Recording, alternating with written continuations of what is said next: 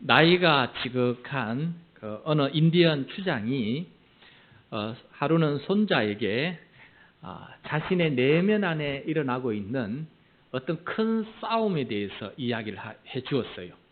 근데 그 어린 손자에게 이 큰 싸움은 내 마음에도 일어나지만은 네 마음속에서도 일어나고 있단다라고 하니까 이 어린 손자가 궁금해가지고 도대체 그 싸움이 무엇입니까? 말씀 좀 해주세요. 이렇게 부탁을 하니까 이 나이 드신 할아버지 추장님께서 그 아이에게 이렇게 말을 합니다.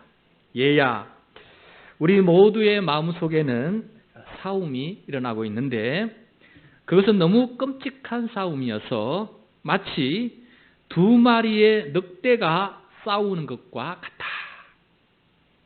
한 마리는 악한 놈인데 이놈이 가진 것은 분노와 질투와 후회와 탐욕과 교만과 자기연민과 죄의식과 열등감과 거짓과 자만과 우월감 그리고 이기심을 가지고 있단다.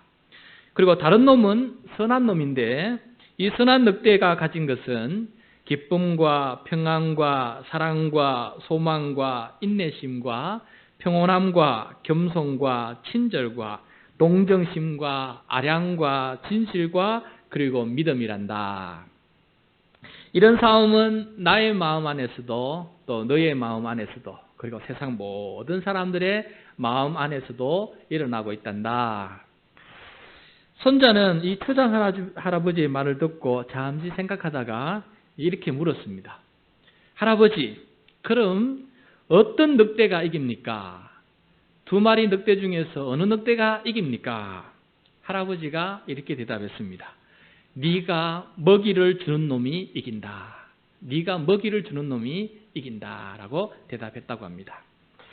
악한 늑대에게 먹이를 주면 악한 늑대가 이기고 선한 늑대에게 먹이를 주면은 선한 늑대가 이긴다는 말이에요. 먹이를 준다는 것은 내가 자꾸 그쪽으로 마음을 준다는 거예요. 자꾸 그것을 생각하고 묵상한다는 것입니다. 그렇게 먹이를 주는 쪽이 싸움에서 이기게 됩니다.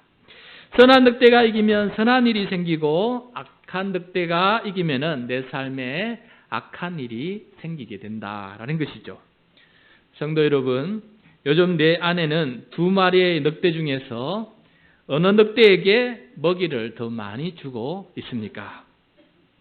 오늘 말씀은 구원받은 성도들 마음속에 일어나고 있는 큰 싸움을 우리들에게 들려주고 있습니다. 성경은 때때로 이 싸움이 워낙 커서 전쟁이다라는 말을 하기도 해요. 그러니까 영적 전쟁이다라는 말까지 사용하기도 합니다. 이 영적 전쟁은 피할 수가 없습니다. 또한 한 번의 전쟁으로 끝나는 것도 아닙니다. 우리는 이 전쟁에 참여하는 영적인 군인으로서 은퇴하거나 제대할 수도 없습니다. 평생을 싸우는 그런 전쟁이기 때문에 그렇습니다. 이 영적 전쟁에서 우리가 이기려면 어떻게 해야 합니까? 성령님께 먹이를 먹여주어야 합니다. 성령님께 먹이를 준다는 말이 좀 이상하게 들리겠지만 비유인데 성령님께 먹이를 준다는 것은 성령님을 더 많이 묵상하고 성령님께 내 마음을 드리고 성령님을 믿고 의지하면서 성령님의 지시대로 살려고 노력하는 것을 가리켜서 성령님에게 먹이를 먹인다는 비유이게요. 그러면은 어떤 일이 벌어지는가? 우리 16절, 17절 말씀 같이 보겠습니다. 16절, 17절 시작. 내가 이르노니 너희는 성령을 따라 행하라. 그리하면 육체의 욕심을 이루지 아니하리라. 육체의 소욕은 성령을 거스르고 성령은 육체를 거스르나니 이 둘이 서로 대적하므로 너희가 원하는 것을 하지 못하게 하려 함이니라. 아멘. 우리가 하나님께 죄를 회개하고 예수 그리스도를 나의 구주로 또 나의 주님으로 영접하고 세례를 받으면은 하나님께서 우리의 마음속에 성령을 선물로 주십니다. 그때부터 영적 전쟁은 시작이 됩니다. 물론 성령을 받기 전에도 전쟁은 계속 있어 왔습니다. 바로 양심의 전쟁이에요. 양심의 전쟁은 내가 사령관이 되어서 싸우는 전쟁이에요. 그런데 이 영적인 전쟁은 성령님께서 사령관이 되고 나는 군사가 되어서 싸우는 전쟁이 바로 이 영적인 전쟁인데, 성령님께서 내 마음에 내주하기 시작하면서부터 일어나는 전쟁이다라는 것입니다. 그래서 이 전쟁에서 이기는 길은 성령님을 따를 때, 나의 사령관인 성령님을 따를 때 우리는 이 전쟁에서 이길 수가 있다라는 것입니다. 성경에서는 이해하기 쉽도록 편의상 우리의 마음을 3등분했어요. 영과 혼과 육이다. 우리의 마음을 이렇게 구분하자면은 그렇게 3가지로 구분할 수 있겠다라는 것이에요. 맨 가운데 영에는, 우리의 마음 가장 중심에는 성령님께서 거주하시는 영역이에요. 그것을 영이라 그럽니다. 그 다음에 그 바깥에는 우리의 양심이 활동하는 영역, 양심. 그리고 맨 바깥에는 우리의 육체다. 이 육체라는 것은 우리의 몸뚱아리를 말하는 것이 아니고 육체의 소욕을 따르는, 세상의 욕망을 따르는 우리의 마음을 가리켜서 육체다라고 표현을 했어요. 그런데 성령님께서 우리 마음속에 계실 때 우리의 이 양심은 성령님을 따르냐 아니면 육체를 따르냐 놓고 그 가운데서 영적인 전쟁이 일어나게 됩니다. 그래서 내 양심이 성령님을 따르게 되면은 성령께서 원하시는 일을 하게 되고, 내 양심이 육체를 따르면, 육체의 소욕을 따르면 육체가 원하는 일을 하게 된다. 그래서 성령님은 선한 늑대로 비유할 수 있겠고 육체는 악한 늑대로 비유할 수가 있겠습니다. 그래서 우리가 선한 성령님을 따르게 되면 우리의 삶 속에 성령의 열매가 맺히게 되고, 우리가 육체를 따르게 되면 육체의 열매가 맺히게 되는데, 자, 성령의 열매를 보기 전에 먼저 우리가 육체를 따르게 되면은 어떤 육체의 열매를 맺게 되는지 함께 보겠습니다. 19절, 20절, 21절 말씀 우리 같이 봉독하겠습니다. 육체의 일은 분명하니 곧 음행과 더러운 것과 호색과 우상 숭배와 주술과 원수 맺는 것과 분쟁과 시기와 분냄과 당 짓는 것과 분열함과 이단과 투기와 술 취함과 방탕함과 또 그와 같은 것들이라. 전에 너희에게 경계한 것 같이 경계하노니 이런 일을 하는 자들은 하나님의 나라를 유업으로 받지 못할 것이요. 여기서 보면은 육체의 열매가 몇 가지 진열되어 있냐면은 크게는 16가지, 또 구체적으로는 15가지 열매가 나오고 있어요. 15가지 이 열매가 바로 육체의 열매입니다. 우리의 마음이 악한 늑대인 육체의 욕망을 따르게 되면은 이러한 열매를 맺게 되는데, 문제는 그 결과가 문제예요. 이런 악한 열매만 나타나는 것이 아니라 결과적으로 하나님의 나라를 유업으로 받지 못한다. 여기 유업이라는 것은 기업이고 재산이고 땅을 뜻해요. 하나님의 나라를 차지하지 못하고, 다시 말해서 하나님의 나라를 살아가지 못한다라는 것입니다. 하나님의 나라는 하나님께서 통치하시고 하나님께서 다스리시는 그러한 상태를 가리켜요. 그러니까 내가 육체의 소욕을 따르게 되면은 내가 하나님의 통치를 받지 못하기 때문에 내 마음의 천국이 이루어지지 아니하고 내 삶의 천국이 이루어지지 않는다라는 것을 말씀해 주고 있습니다. 이 육체의 소망을, 이 육체의 욕심을 따르다 보면은 어떤 일이 또 벌어지냐면은 차츰차츰 성령을 소멸하는 경험을 가지게 돼요. 우리 데살로니가 전서 5장 19절 다음 화면을 보면은 이렇게 말씀하고 있습니다. 성령을 소멸하지 말며라는 말이 나와요. 자, 여러분, 소멸한다는 것은 불을 끈다는 말이에요. 가스레인지에 보면은 이렇게 글자로 써 있어요. 점화. 점화는 불을 켠다는 뜻이고, 소화는 불을 끈다는 것이에요. 그런데 불을 끄는 과정, 소화가 되는 그 과정이 소멸이에요. 불이 점점 줄어드는 과정을 가리켜서 소멸되는 과정이다 그래요. 그리고 불이 완전히 없어지는 건 아닌데, 이 불의 영향력이 없어서 자꾸 불의 영향력이 작아져서 아주 그냥 이렇게 불이 탈락날락 말락 이렇게 남아있는 상태, 그것이 바로 성령이 소멸된 상태예요. 성령이 소멸된다는 것은 우리의 삶 속에 성령님이 우리 마음 깊은 곳에 계시는데, 우리가 자꾸 성령님을 안 따르고 악한 늑대인 육체의 소욕을 따르다 보면은 성령의 불이 자꾸 꺼져요. 성령의 불이라는 것은 성령님의 역사하심과 성령님의 활동하심을 말합니다. 그런데 불이 꺼진다는 것은 성령의 역사와 성령의 활동이 자꾸 이렇게 줄어들어서 나중에는 성령의 역사가 내 눈에 전혀 보이지 않는 상태가 되는 것, 이것이 바로 성령을 소멸한다라는 것입니다.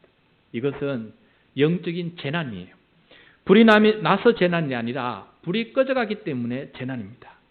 성경을 읽어도 깨닫는 게 없고 예배를 드려도 내 마음속에 응답, 그 말씀에 대해서 내가 이렇게 살겠습니다라고 하는 그 응답이 없고, 세상에서 죄의 유혹을 받을 때마다 나의 이 양심과 성령님의 이 감동에 의해서 경고의 등이 반짝반짝 빛나야 되는데 경고의 등이 켜지지도 않고 세상 것들로 마음속에 가득 차 있을 때, 이것이 바로 성령의 소멸이고 영적인 재난이라는 것입니다. 그렇게 될 때 15가지 이런 일들이 우리의 삶에서 나타나게 된다라는 것입니다.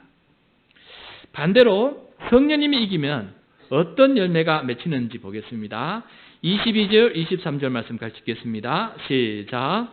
오직 성령의 열매는 사랑과 희락과 화평과 오래 참음과 자비와 양성과 충성과 온유와 절제니 이 같은 것을 금지할 법이 없느니라. 아멘. 육체의 열매는 16가지나 진열하는데 성령의 열매는 9가지예요. 그런데 이 9가지 열매를 자세히 보면은 모두가 다 인격, 우리의 성품을 가리키는 거예요. 그러니까 성령이 충만해지면은, 성령의 열매를 맺으면은 사람이 변한다는 거예요. 종종 그 사람은 좋은데, 그 사람 믿음은 좋은데 성격은 좀 이상해 라는 말을 할 때가 있어요. 여러분, 이것은 거짓말입니다. 우리가 하나님의 말씀을 따르고 성령님을 믿고 또 회개하고 내가 주님의 말씀을 따르게 되면은 거친 성품도 변화되고 차츰차츰 변화되어서 하나님의 형상인 예수님의 장성한 분량까지 닮아가게 되어 있어요. 그러므로 성령의 9가지 열매가 우리의 삶에 맺히게 되어 있습니다. 그렇기 때문에 믿음은 좋은데 성격은 이상하다는 말은 거짓말이에요. 믿음이 좋으면은 성격도 좋아지게 되어 있어요. 그렇지 않으면은 9가지 성령의 열매는 지금 거짓말이에요. 이 갈라디아서 이 5장 22절 23절 말씀은 우리가 믿음이 좋아지면은, 인격이 좋아지지 않으면은 그거는 이 말씀은 거짓말이다라는 것을 증명하게 되는 것입니다. 그러므로 여러분, 우리의 마음이 성령에 충만하게 되고 육체의 소욕을 따르지 아니하고 성령을 따라 살게 되면은 우리는 어떻게 되느냐? 성령의 충만함으로 예수님을 닮아가는 사람이 될 수밖에 없다라는 것입니다. 그런데 여러분, 저도 그렇고 여러분의 삶에 그렇고 현실을 바라보면은 교회 오래 다니고 그렇게 말씀 읽고 기도하는데도 불구하고 이 성령의 9가지 열매가 이렇게 풍성하게 맺히는 것을 경험하기가 쉽지 않아요. 그래서 사도 바울은 그 다음 구절에서 어떻게 하면은 성령의 9가지 열매를 맺을 수 있는지 그 비결을 가르치고 있어요. 우리 24절 말씀 같이 읽겠습니다. 시작. 그리스도 예수의 사람들은 육체와 함께 그 정욕과 탐심을 십자가에 못 박았느니라. 아멘. 자, 성령의 인도함을 받아서 성령을 따라 행하고 성령의 열매를 맺어서 우리의 인격이 변하는 비결은 십자가에 있다. 십자가는 우리의 손과 발에 못이 박혀서 우리가 죽어가는 자리가 바로 십자가예요. 이처럼 그리스도 예수의 사람은 예수님의 육체와 함께 그 십자가에서 우리의 정욕과 탐심이 십자가에 못 박히는 사람을 가리켜서 예수 그리스도의 사람, 성도라고 말하고 있습니다. 그래서 우리 성도는 죽은 사람이에요. 십자가에서 죽은 사람이에요. 우리가 세례 받을 때 죽었고 물속에 빠질 때 죽었고 이미 우리는 죽은 사람이에요. 그래서 우리는 육체의 소욕이 우리의 마음속에 떠오를 때마다 우리는 어떻게 말해야 되냐면은, 그래, 나는 죽었지. 나는 예수님과 함께 십자가에 못 박혀서 죽었지. 나는 죽었는데 왜 이렇게 살아갈까? 자꾸 우리 십자가를 묵상하면서 주님께서 죽으신 그 십자가 앞에서 나도 두 손과 두 발에 못이 박혀서 나도 죽었지. 세례 받을 때 나도 죽었지. 그런 마음이 자꾸 내 마음속에 일어날 때 나는 바로 죽어서 십자가에서 죽어서 성령의 열매를 맺을 수 있는 사람이 된다라는 것을 우리들에게 가르쳐주고 있다라는 것입니다. 예수님께서 언젠가 이런 말씀하신 적이 있어요. 한 알의 밀이 땅에 떨어져 죽지 않으면 한 알 그대로 있고 죽으면 많은 열매를 맺느니라 라고 말씀하고 있어요. 바로 그 말씀을 사도 바울은 깨우쳤어요. 그렇구나. 많은 열매를 맺는 비결은 십자가에 있구나. 내가 죽을 때에 열매를 맺구나. 세상에서는 내가 살 때 성공하고 출세하지만은 하나님의 나라에서는 내가 죽고 내가 섬길 때에 성령의 열매가 맺히고 생명의 면류관이 내 가운데 맺히는 것이구나 라는 것을 예수님께서 가르쳐 주셨고 사도 바울은 그것을 깨달아서 그것을 오늘 본문을 통해서 우리에게 가르쳐 주고 있다라는 것을 말씀해 주고 있습니다. 여러분, 오늘은 하반기를 맞으면서 7월 성찬식이 있어요. 예수님께서 십자가에서 죽으신 것을 기념하는 성찬입니다. 나를 위해 지키신 살과 나를 위해 흘리신 피를 이 떡과 잔을 통해 먹고 마시는 성찬입니다. 우리가 예수님의 십자가 죽으심에 동참하는 성찬이에요. 그러니까 이 잔과 이 떡을 마실 때 내가 살아있는 것이 아니고 나도 죽었습니다. 나도 십자가에서 죽었습니다. 내가 죽었다는 것을 다시 한번 기억하는 이 시간이 바로 성찬식이다라는 것입니다. 성찬식에 대한 우리 개신교의 신학적 입장은 영적 임재설이에요. 영적 임재라는 것은 우리가 떡과 잔을 먹고 마실 때 예수님께서 성령으로 우리 가운데 임재하시고 성령으로 함께 역사하신다라는 것이에요. 그렇기 때문에 우리가 성찬을 받을 때 우리는 십자가의 죽음도 경험하지만은 우리 성령님께서 우리 가운데 계셔서 우리가 성령님께서 나의 삶의 주인 되심을 다시 한번 기억하고 함께 더불어서 우리는 떡과 잔을 마실 때마다 이것이 바로 성령님을 살리는 길, 내 안에 성령님의 역사와 활동을 위해서 내가 준비되는 길이고 또 비유로 말하자면은 지금 이 성령님을 먹이는 과정이에요. 그래서 생명의 양식이에요. 그래서 이 음식을 먹고 마실 때마다 주님, 내가 바로 생명의 양식인 이 양식을 먹고 성령님을 따르겠습니다라고 결단하는 시간이 바로 성찬식이다라는 것입니다. 그래서 오늘 성찬식에 참여할 때에는 주님, 내가 육체의 열매를 맺지 않고 앞으로는 성령의 열매를 맺는 사람이 되겠습니다 하는 마음으로 이 성찬식에 참여할 수 있는 저와 여러분이 되시기를 간절히 축복합니다. 말씀을 맺겠습니다. 어린 손자가 추장 할아버지의 말씀을 듣고 잠시 생각하다가 할아버지에게 물었던 질문, 그럼 어떤 늑대가 이깁니까? 네가 먹이를 주는 놈이 이긴다. 구원받은 성도는 성령님이 우리 안에 계십니다. 그래서 육체의 욕망을 따르지 말고 성령님을 따라 행함으로 성령의 열매를 맺어가는 우리 준비된 교회 모든 성도가 되도록 합시다.